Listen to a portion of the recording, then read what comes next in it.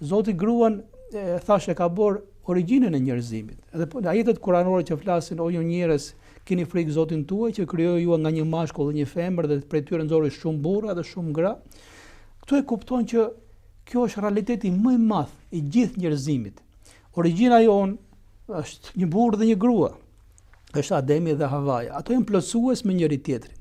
Ata janë shkaku i ekzistencës të gjithë brezave që vinë deri në ditën e fundit të kësaj jete.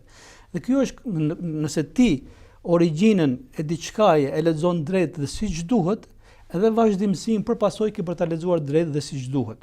Nëse ndalni pak këto dy personazhe shumë të rëndësishme për gjithë historinë njerëzore, sepse gjithë historia njerëzore në këndvështrimin e krijimit kthehen tek Ademi dhe tek Havaja, do gjejmë që Kurani famlart nuk bën atë që mund të lexohet nga disa libra të tjerë hyjnor me origjinë hyjnore, sikur shkaktarja dhe fajtorja e mëkatit të parë ishte Havaja, pra ishte gruaja.